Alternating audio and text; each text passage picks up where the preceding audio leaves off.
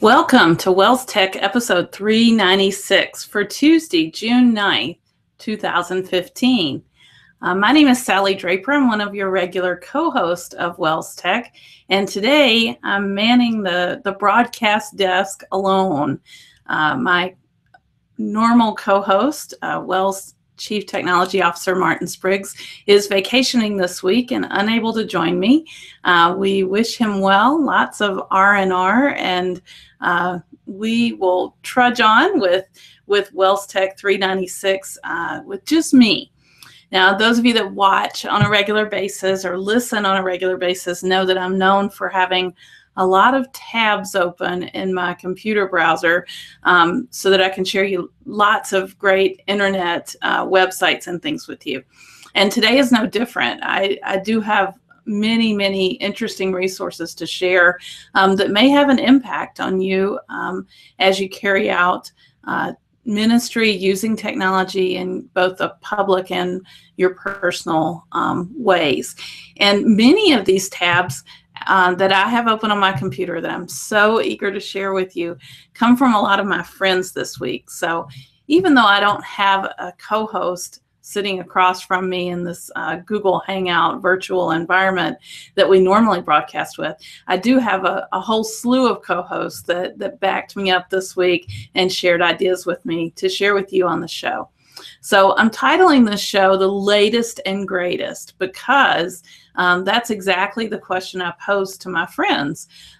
You know, if a girl's going to do a podcast all by herself, she's got to go somewhere for backup. And I actually headed over to Facebook and asked my Facebook friends for some input. My question to them was to tell me about your latest, greatest technology. Anything goes, websites, apps, computing devices, gadgets, etc. You're welcome to share how it helps you too. And then I added a disclaimer that I'm looking to share these things on WELSTech this week. And you know, my Facebook buddies did not disappoint. I heard from a whole lot of people and a lot of things, many of which were brand new to me, that are very useful in their day-to-day lives personally and in their public ministry lives as well. So I'm eager to share those with you. I'm going to jump right into the first one, which should be pretty familiar to you guys. As WELSTech listeners, you have probably heard us talk about this sometime in the past because it's very popular. But I heard from Nikki Steenbach and Kate Toll, who mentioned the YouVersion Bible app as one of their favorite things. Nikki wrote to say it's one of her favorite apps. She likes how easy it is to switch the Bible translation. She likes to read the Holman Christian Standard Bible and compare it to the NIV 2011. And so you can actually even do side by side if you use the Bible.com website to do it in a browser, or if you use the app, you certainly can easily compare different translations. And we've talked about it in different veins. It actually comes from the YouVersion people, but the name of the app is Bible. And Bible.com is their website where you can find it, or you can search in iTunes or the Google Play Store or whatever. They have versions for Windows Phone, for Palm, all kinds of different versions, even for Kindle Fire. So I think you can find an app for just about any mobile device that's on the market these days. And again, the icon says Holy Bible. The description says Bible, just plain Bible on it. I have it on my home screen here. Yep. So it's super easy to install and make use of. We've even talked about the fact that you can grab sections of it. You can make notes in it and things like that. You can also grab sections of it and create your own informational graphics. So definitely a good one to start off with. Next, I wanted to share a comment from Jason Petoskey, and both Nikki and Jason shared a whole bunch of great ideas with me. But one of the sites that Jason pointed to that I definitely wanted to make mention of is Kathy Sharrock's Guide to Everything. So this is education focused. She's a ed tech leader, and she's been compiling guides to all different topics over her lengthy career. And she has a picture here on the website even from 1995, 20 years ago, when she was on the web with an original computer from that time frame.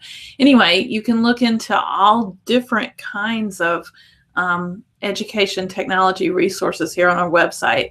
For instance, if you click on Chromebooks in schools, she's put together a whole page dedicated to the Google Chromebook and all different things associated with that. Like, what is a Chromebook, different tutorials, websites that have information, classroom practices, blog posts, video overviews, all kinds of training and things. I found some really interesting resources. One name that jumped out to me in the informational Chromebook sites area is Molly Schrader. We've actually interviewed Molly. She was at a Google Summit at Wisconsin Lutheran College a few years ago, and we grabbed an interview for WELSTech from her at that time. She has tutorials available here. It's kind of interactive and uses ThinkLink to get you to different levels of Chromebook tutorial and all kinds of resources associated with those. So I think the resources on Kathy Schrock's site are a great starting point if you want to look into any different types of education technology. And she has links to her blogs and other things available here from her site as well. So thanks for that link, Jason and Nikki, both of you, for providing a lot of different links.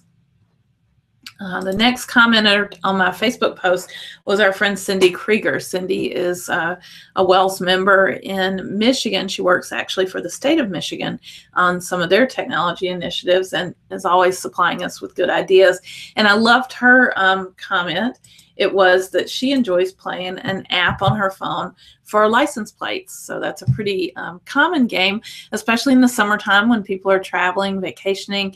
They might check off the license plates that they pass and try to get as close to all 50 state license plates sightings as they can. So I thought that was a pretty fun way to do that, to use an app to check off the license plates. The one that she recommended in particular is from a company called Casual Friday Development. But when I searched for that one on my iOS device, it said it wasn't in the store anymore. So I don't know if it got removed from the store for some reason or what, but there were lots of them out there. So those of you that'll be traveling, just search on license plate game, and I bet you'll find a solution there. It will be fun for you to use as you travel this summer. Next up, we heard from listener Leslie Bergerman. And Leslie sent in, let's see if I can get to the right tab. I told you I had a lot of tabs open, and I opened some extras in anyway. She sent in a comment regarding Google Analytics. She said it allows them to see granular details on every aspect of their website visitors. And she did want to contact us. So she was kind of glad that I asked the question, because what she's found is kind of a spam in Google Analytics. It's called referral spam, and it can basically skew your numbers in Google Analytics with false site visits and counts. It looks like most of it is coming actually from a Russian link shortening service like Bitly called GuardLink or something like that. And there's an article I'll include in the show notes, which Leslie sent to us, and it explains a little bit about that referral spam that might be hijacking and falsely inflating your Google Analytics numbers. So check that out if you're seeing a lot of that kind of stuff. That's Google Analytics. Next up, from my friend Jennifer Praber, who I just ran into here on campus at MLC, she mentioned that she loves Flipgrid. And Flipgrid was brand new to me. It's basically a way to set up and ask a question, and then people are allowed to respond via video. And they don't have to create an account or anything. The videos just get added to, and seems pretty simple to set up and run. So I think I'll check this out, Flipgrid, for group video response, I think would be a good way to describe it. And it's not just for the classroom. They say you can use it around any kind of event or conference or whatever it may be. So check out flipgrid.com. Maybe we'll find a use for that here at WELSTech. All right, next up from my friend Paula Winshittle, something latest and greatest from Paula is CamCard, which is a mobile app, works on your phone to scan, manage, sync, and exchange business cards. And Paula said an app that stores info from a picture of a business card is super handy to her. And I can imagine that's true. Paula is in business. She and her family have a small business operation, and I'm sure come in contact with many different people as they run their business. And so just like our called workers may be in contact with many people as they do evangelism or whatever the circumstances may be, having the ability to easily and quickly digitize business cards seems like it might be a very useful app to have. So if you're in the market for something like that, you might want to check out CamCard as recommended by Paula Winshittle. Thanks for that, Paula. Next up, just want to make mention of a very interesting comment from my friend, Pastor Kurt Hagen. And Pastor Hagen said, I like a good notebook and a fountain pen. Never crashes, instant startup, and won't distract me with the Facebook. So, and by the way, he was adding that comment on Facebook. So apparently he was away from his notebook and pen when he saw my call for latest and greatest technology. You know, paper and pen is technology. I totally would count it in that space. And definitely, I'm a paper and pen kind of girl. You know that from those of you that watch the podcast. I'm constantly jotting down notes and keeping up with things in paper format. So I'm with you, Pastor Hagen, and appreciate very much you kind of reminding us of the fact of the basic technology that we still make use of in many positive ways. All right. I heard from my friend Becky Grunwald. Becky, I met for the first time at WELSTech Camp, which we had in the fall of 2013 here on the campus of MLC. Becky attended that. She lives in the area, I think maybe near Mankato. And since then, we've been Facebook buddies and keeping up with each other online. And one thing that Becky said was that Evernote is a big help to her.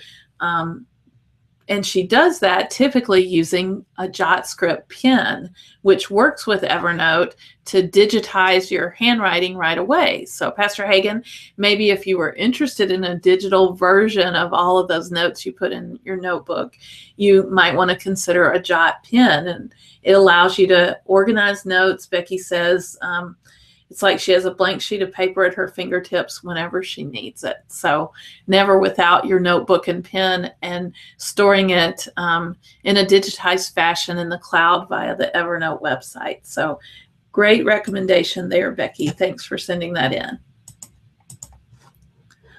Let's see. Next on my list of latest and greatest, I wanted to make mention of a comment from Heidi Jenkin. Heidi said that portable power banks allow you to plug your phone or tablet in on the run. And the good ones will charge a phone 2 or 3 times before they run out of juice. And I know that's something we have mentioned in the past here on WELSTech. And since I don't travel a whole lot, it doesn't necessarily jump to mind. But once I start traveling, those power banks are super, super important.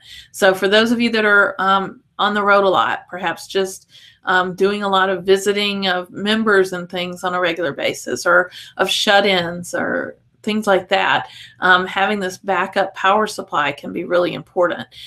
We are all fairly connected to our mobile devices these days and fairly used to having them at our fingertips. And when they start to die on us, a little bit of panic could set in. So having a device like this that you can plug into on the fly and get recharged pretty quickly is a very, very good suggestion, Heidi. Thanks for that. And then next up, I heard from my friend Carla Wolf. And Carla made a great point regarding the Windows snipping tool. That's one of her favorite tools. I actually have it open on my computer right now, and maybe I'll go ahead and share my screen. Let's see, I'll go over to WELSTech and share my screen. Windows snipping tool allows you to make screen captures. And as we were talking about being able to digitize our handwriting, it's also really important to be able to capture digital images of various things.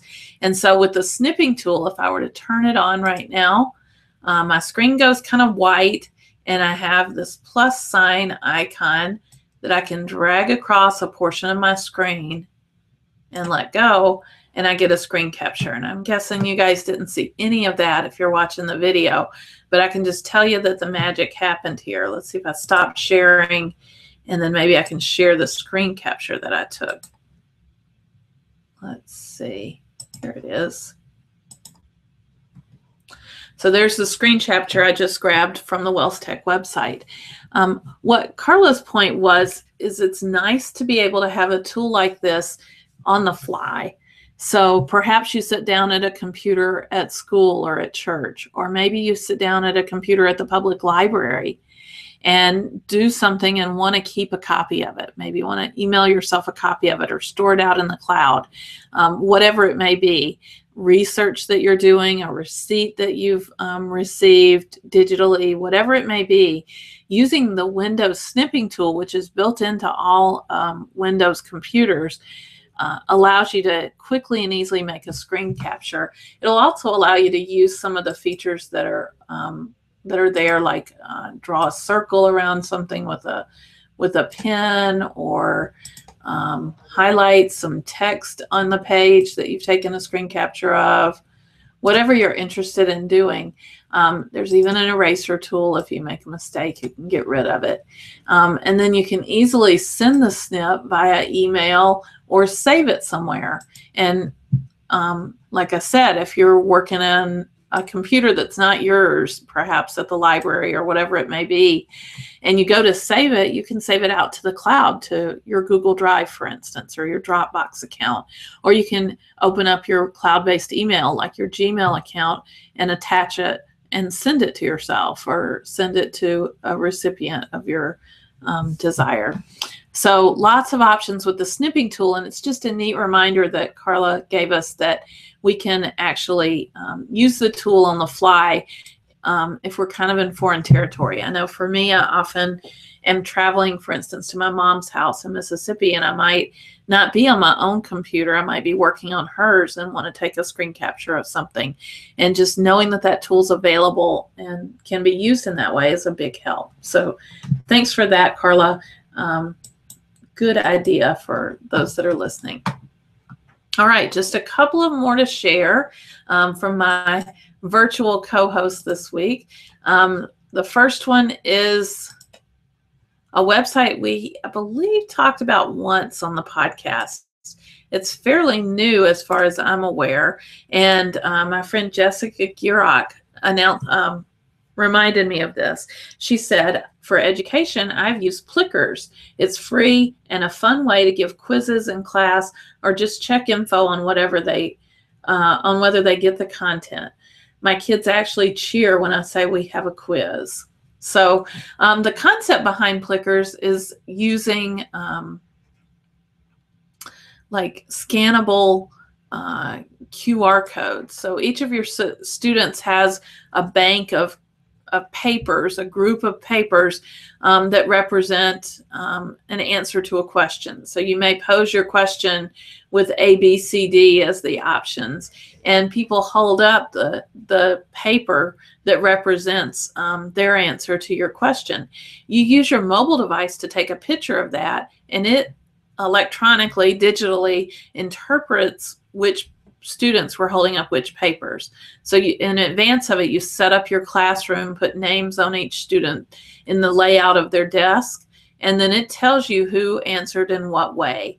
The site has free images that you can download and print yourself, these cards for the students to hold up, or you can order them in a more sturdy format or whatever. But super simple and a super great way to do some in-the-moment quizzing, get immediate feedback on students' comprehension of things by having them hold up their Plicker.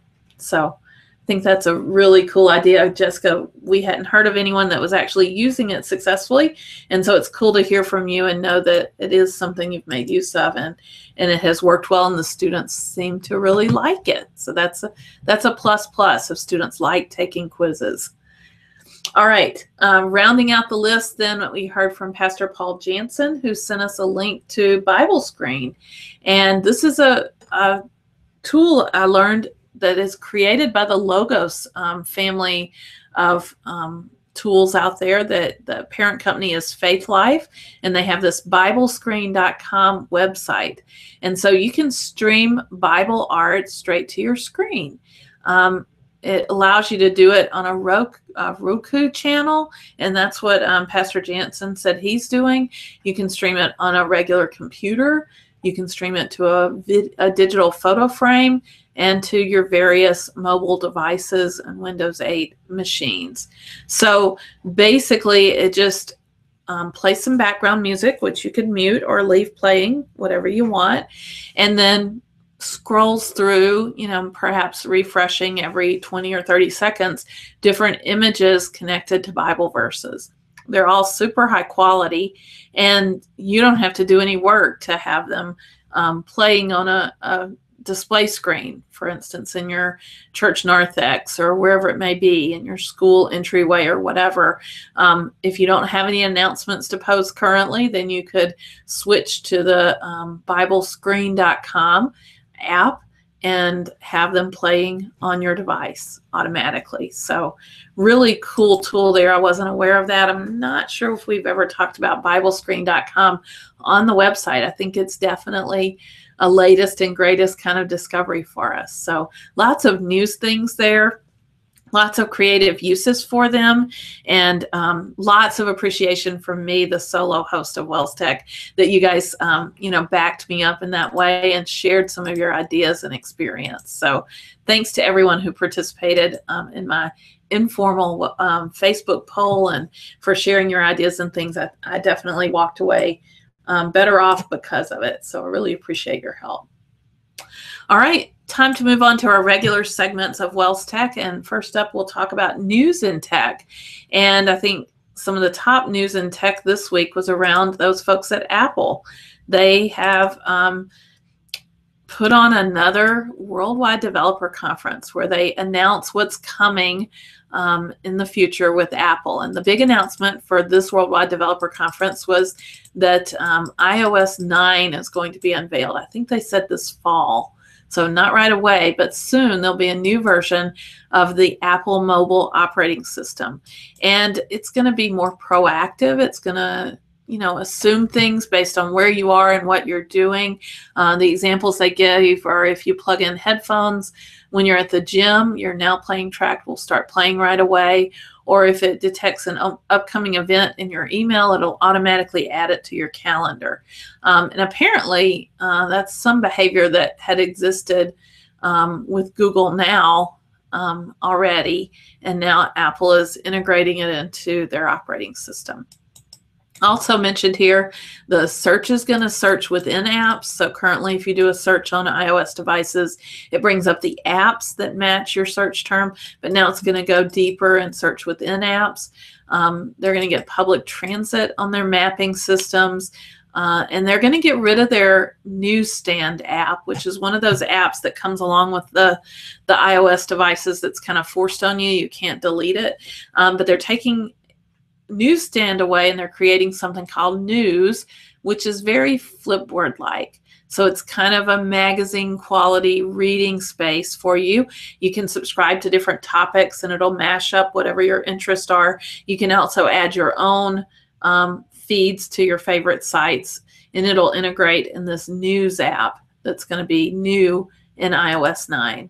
And there's a few other things. I think the biggie for iPad is that there's going to be some multitasking capabilities now, so that maybe you want to watch a movie while you're doing something on your iPad. The screenshot that they provide here shows it running side by side, so you can do two things at once. It says it's much like Windows 8 in that regard. So true multitasking coming to the iPad. That's a pretty big development for the iPad. There were other announcements about Apple's normal operating system for their devices, not their mobile devices. And then also about the Apple Watch getting an upgrade of its operating system. So I found this article on Lifehacker, everything Apple announced in that actually matters. And so it's a good summary of the things that you may be most interested in if you're in the Apple kind of climate with any of your devices. One more mention for news and tech, and this is something I learned from our friends at Animoto. We've talked before on the show about Animoto being a great place to create really interesting videos. And up until this point, teachers could request a free Animoto account and get up to 50 licenses that they could use in their classroom. Well, this fall, Animoto is changing their structure a bit, and now those licenses are going to cost you $1 per student for the school year, and that's a minimum of 50 students in that order. So you'd have to pay $50 at least to have Animoto licensing, and that gives them the ability to create up to 10-minute videos in 50 different styles, and 500 songs are available, and they are downloadable.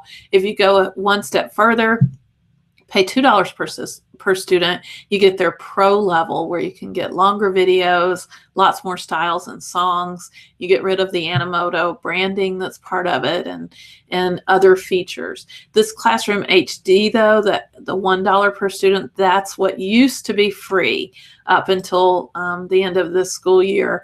And now beginning next year, teachers, if you enjoy Animoto, you've got to pay $1 per student per year to have that licensing made available to you. So a little bit sad about that, but I understand they got to make a living too, and they are providing a really great service. So Animoto pricing change for education. All right, moving on to the Wells Now series. I wanted to make mention one more time that we're still taking registrations for WELSTech Conference 2015. That's coming up July 9th through 11th, and we put together a list of the top 10 reasons you may want to consider attending if you haven't signed up yet. Number one is it's going to be a lot of fun. I called it uber fun just in the style of our German Lutheran heritage. We're going to be at a water park hotel. We've got a tour of the Center for Mission Ministry planned. We have lots and lots of WELSTechers to meet up with. So that alone should make it worth the price of admittance. We have tons to give away, though. So we're actually giving away a Chromebook Pixel valued at $1,000, 3 Acer Chromebooks, an Apple TV, Office 365 licensing.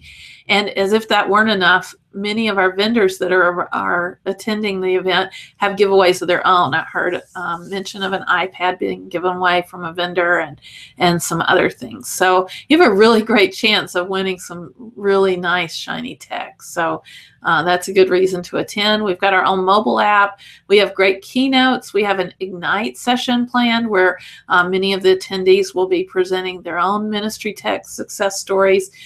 There are pre-conference workshops you can take advantage of, including one around the Logos software, the Bible study software, and there's going to be representatives of Logos in attendance in participating and leading that workshop along with Pastor Aaron Fry. So that's a great reason to attend all by itself.